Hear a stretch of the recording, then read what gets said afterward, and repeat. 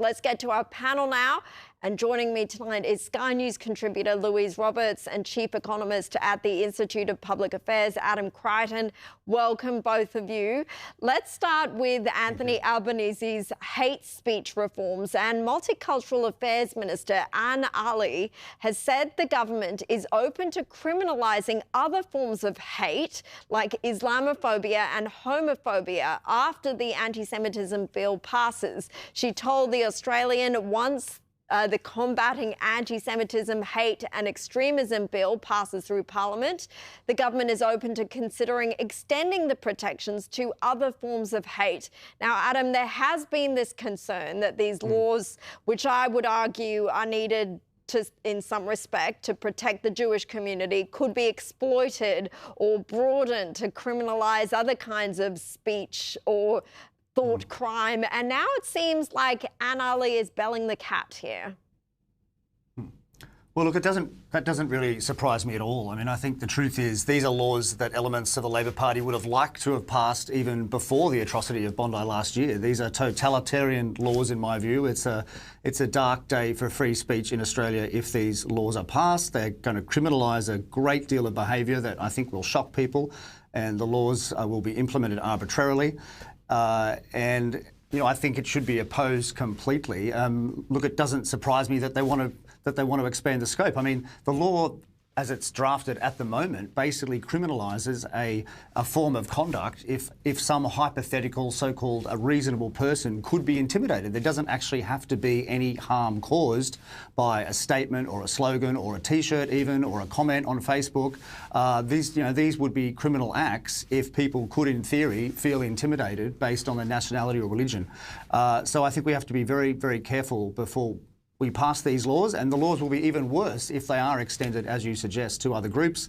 You know, we already have toughened laws. The New South Wales Parliament, the Victorian Parliament last year passed very tough laws for hate speech and for incitement to violence, which of course is already illegal, and the federal parliament did as well. And of course those laws did absolutely nothing to stop the atrocity at Bondi last year, and I don't think these new laws will either. They're just going to criminalise a lot of behaviour and chill speech. They're probably going to end comedy as we know it. So it won't just be the Adelaide Writers' Festival, it'll be the Melbourne Comedy Festival as well that is ended, because you won't be able to make any jokes. Well, yeah, although a lot of, I think, the jokes that happen at these comedy festivals tend to all run one way politically. That's so, I mean, true.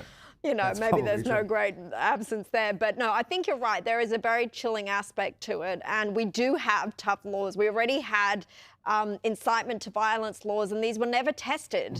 You know, much to the frustration of the Jewish community, they weren't tested. The laws we did have. They're currently not enforced, as you say. Exactly. That's right. So they why haven't would been the new enforced. ones They should be enforced. Exactly. And Louise, look, speaking of hate speech and incitement to violence, the Al Medina Dawa Centre, the Southwest Sydney Prayer Hall, which has been linked to one of the Bondi gunmen, and once was led by the jihadist hate preacher Wissam Haddad, will close its doors permanently.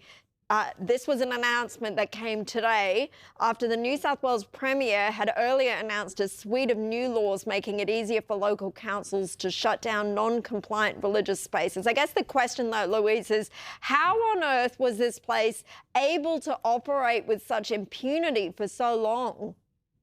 Well, they're too afraid to affect certain members of the community, aren't they, Caroline? They're worried about their voter base, I guess. And look, these are poison factories. It should have been shut down a long, long time ago, as you say. Shouldn't have even been operating under the auspices that it was. And I think the government, what they're trying to do is obviously federally is trying to get these new hate speech laws through without actually defining what hate is.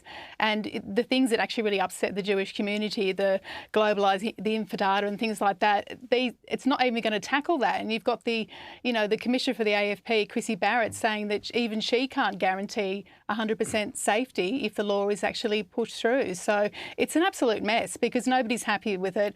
I don't think the Jewish community is happy with it. Muslims are saying it doesn't, protect them.